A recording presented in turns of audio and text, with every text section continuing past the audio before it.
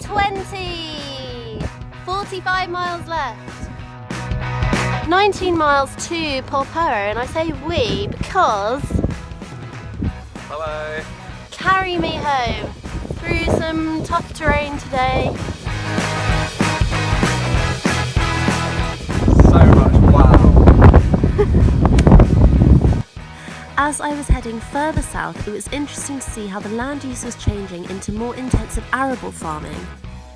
And of course, over the years, farming intensification has resulted in the demise of species such as the Searle bunting. But now that farmers are recognising this, they're working ever more closely with organisations such as Cornwall Wildlife Trust and the National Trust to make sure that their current farming methods are as sustainable as possible.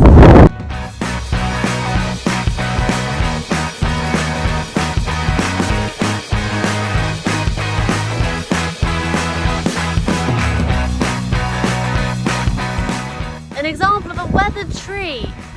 It's kind of, you can tell where the prevailing wind is a bit, can't you? That is weathered. This beetle here is the bloody nose beetle.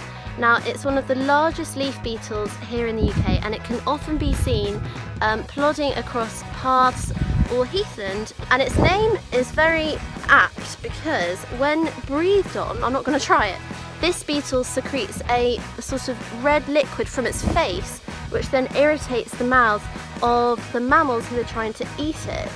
The bloody nose beetle is a flightless beetle, so it has nice long legs to walk, and as you can see on my hand, it's just using its antenna to feel its way as it's plodding up my thumb. Off you go, off you go. That's it. Bye bye. Seeing invertebrates very present on the path such as this is a really good indicator of a healthy heathland. And the Cornwall Wildlife Trust, as you know, because I've told you lots, do loads of work managing heathland and making sure it's really biodiverse so that it supports invertebrate populations such as the bloody nose beetle, so it can continue to do its work for the environment.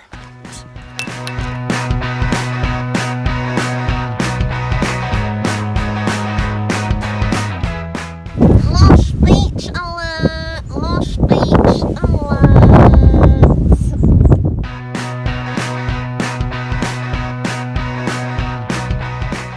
Snail, snail, snail, snail, snail. When it's horrible, damp, drizzly weather like this, it attracts all kinds of invertebrates out of the undergrowth, many of which are snails. Now, I have seen countless snails this morning, and the reason why snails love damp weather is because snails are mollusks, part of the gastropod family, and they're very vulnerable to desiccations, to drying out, often form what is known as a slime capsule over their bodies, which maintains their moisture on their bodies so that they can move, and then also it helps them to feed and pick up all sorts of yummy grubby bits on the floor. When it's damp outside, they make the most of this weather, so look out for loads of little snails next time it's raining. It feels really nice. Ugh. I love it.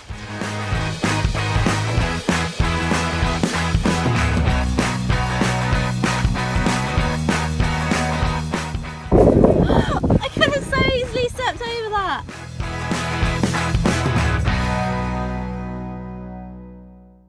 Currently running through the fields of wheat. How naughty.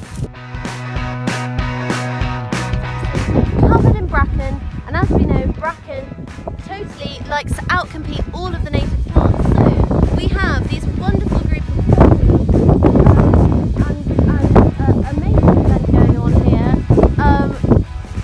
ready to mate. Willie, it was here. Anyway, a very lively bunch. These are patches of bracken that they're keeping down, ready for the native plants to grow up. Oh, I just spat everywhere.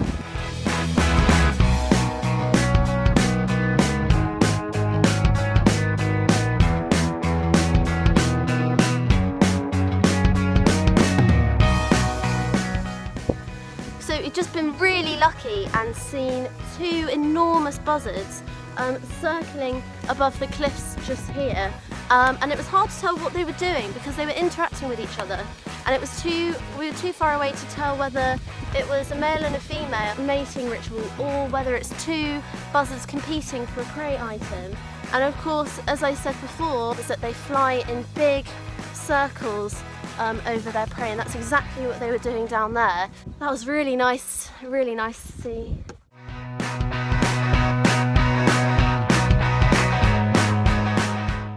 Polperro! 26 miles to go! 26! Mental.